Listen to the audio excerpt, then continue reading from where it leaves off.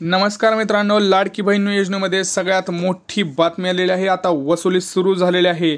या लाडक्या बहीणकडून 3000 रुपये आता वापस काढून घेतले जाणार आहेत।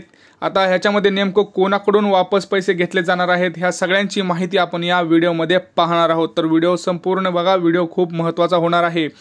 आता खूप अशा महिलांकडून 3000 रुपये हे काढून घेतले जातील वापस त्यांच्या बँकेतून, अशी आत्ताची सगळ्यात महत्त्वाची बातमी आहे आपल्यापर्यंत पोहोचलेली आहे। तर चला बघूया नेमकं सविस्तर ही बातमी काय आहे। तर सर्वप्रथम आपल्या चॅनलवरती नवीन असाल तर मराठी इन्फॉर्मेशन सेंटर या चॅनलला सबस्क्राइब करून ठेवा। चला आपण व्हिडिओ कंटिन्यू करूया। हे बघा, या लाडक्या बहिणीकडून योजनेचे पैसे घेतले जातील, कोणाला पैसे परत करावे लागणार आणि त्याचं कारण काय असणार या सगळ्यांची माहिती आपण बघणार आहोत। ज्या महिलांचा आता येतं बघा, सगळ्यांना माहिती आहे की आपण 31 जुलैपासून किंवा 1 जुलैपासून ज्यांनी फॉर्म भरला आहे लाडक्या बहीण योजनेचा, त्याच्यामध्ये पात्रता आणि अपात्रता असे 2 निकष होते। त्याच्या आधारावर तुम्हाला पैसे मिळणार होते, परंतु काही महिलांना पण परत पैसे मिळालेले आहेत। ज्या आता ते बघणारच आहोत पुढे काय होणार आहे। ज्या महिलांचा जन्म परराज्यात झालेला असेल आणि ज्यांनी महाराष्ट्रात अधिवास असणाऱ्या पुरुषासोबत लग्न केले असेल अशा महिलांना देखील याच्या लाभासाठी पात्र ठरल्या जाणार आहेत, हे सगळ्यांना माहीत होतं। पुढे बघा, मुख्यमंत्री लाडकी बहीण योजना ही शिंदे सरकारकडून अलीकडे जाहीर केलेली एक महत्त्वाकांक्षी योजना आहे।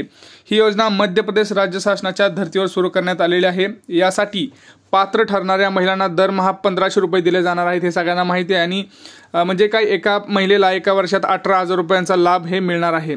परंतु राज्यातील यासाठी एक पात्रता होती, राज्यातील 21 ते 65 वर्ष वयोगटातील आणि 2.5 लाख रुपयेपेक्षा कमी असणाऱ्या कुटुंबातील महिलांना याचा लाभ मिळणार आहे। तुम्हाला माहिती आहे मित्रांनो, मी ज्यावेळेस लाडकी बहीण योजनेचा फॉर्म भरत होतो त्यावेळेस मी 1000 वेळा तुम्हाला पात्रता आणि अपात्रता सांगत होतो, परंतु काही महिलांनी त्या पात्रता नसून देखील अपात्र असून देखील फॉर्म भरला होता। म्हणजेच काय, 21 ते 65 वर्ष त्यांच्यामध्ये नसतील तरी भरला आणि 2.5 लाखापेक्षा जास्त उत्पन्न असलं तरी त्यांनी फॉर्म भरलेला आहे, हे सगळ्यांना माहिती आहे।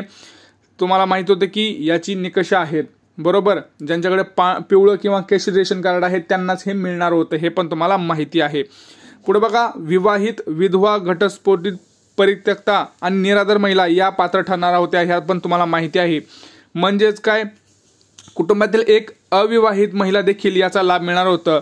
याचा लाभ फक्त महाराष्ट्र अधिवास करणाऱ्या महिलांना दिला जाणार होता, हे सगळ्यांना तुम्हाला माहिती आहे। परंतु ज्या महिलांचा जन्म परराज्यात झाला असेल आणि ज्यांनी महाराष्ट्र अधिवास असणाऱ्या पुरुषासोबत लग्न केलं असेल अशा महिला देखील यासाठी पात्र ठरल्या होत्या, तुम्हाला सगळ्यांना माहिती आहे।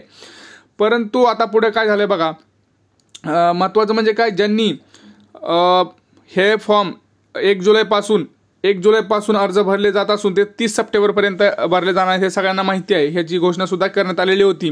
म्हणजेच काय, ज्यांनी आजही फॉर्म भरला परंतु ज्या महिला पात्र असतील त्या महिलांना पैसे मिळणार, त्यांचं काही टेन्शन घ्यायची गरज नाही। परंतु ज्या अपात्र आहेत त्यांचं देखील काय होणार आहे पुढे आपण बघत आहोत।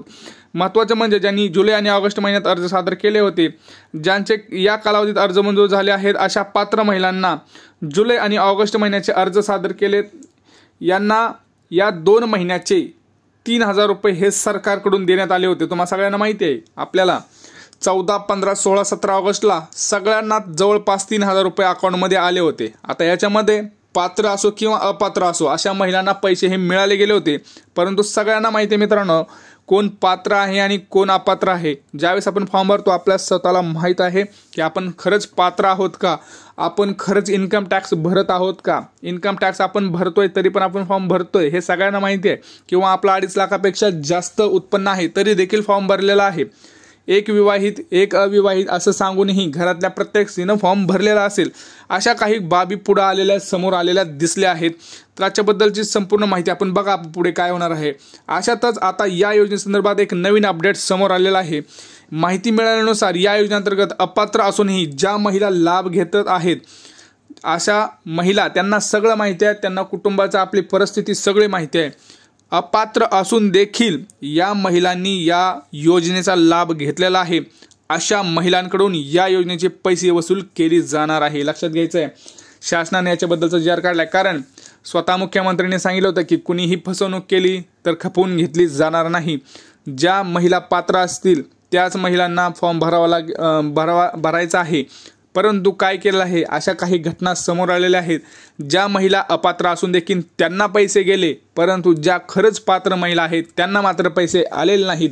अशा या घोटाळ्यांमुळे मुख्यमंत्र्यांनी निर्णय घेतला की आता ज्या महिला अपात्र आहेत अशा महिलांकडून पैशाची वसुली केली सुद्धा जाणार आहे। पुढे बघा, ज्या महिलांनी आधीच संजय गांधी निराधार योजनेसारख्या सरकारी योजनेचा लाभ मिळत आहेत अशा महिलांनी जर लाडकी बहीण योजनेचा लाभ देखील घेतलेला असेल तर अशा महिलांकडून लाडकी बहीण योजनेचे पैसे परत घेतले जाणार आहेत, हे लक्षात घ्यायचं आहे। तुम्हाला अजून एक अट होती बघा मित्रांनो, ज्यावेळेस तुम्ही फॉर्म भरत आहात त्यांनी स्वतः सांगितलं होतं की कुठलीही तुम्ही आधी योजना वापरत आहात का, तर ती योजनेबद्दलची संपूर्ण माहिती आम्हाला द्या। कारण जर तुम्ही कुठली योजना वापरत असाल तर त्याचे जे पैसे आहेत ते 1,500 रुपयापेक्षा जास्त असतील तर तुम्हाला या योजनेचा लाभ मिळणार नव्हता, हे तुम्हाला देखील माहिती आहे। परंतु आपल्यातल्याच काही व्यक्तींनी या योजनेचा या माहितीची उघड केली नसल्यामुळे तिथं त्यांना पैसे गेले आणि ज्या काही खऱ्याच महिला पात्र होत्या, ज्यांना खरंच याची गरज होती, यांना मात्र पैसे गेलेच नाहीत। तर या सगळ्या बाबींचा विचार घेतला जाणार आहे। पुढे बघा, पुढे काय महत्त्वाचं आहे, एकंदरीत सरकारी योजनेचा दुहेरी लाभ घेणाऱ्या महिलांकडून हे पैसे वसूल केले जाणार आहेत। ज्या महिला 2-2 योजना एक साथ त्याचा बेनिफिट घेत आहेत, फायदा घेत आहेत, लाभ घेत आहेत, अशा महिलांकडून हे पैसे वसूल केले जाणार आहेत।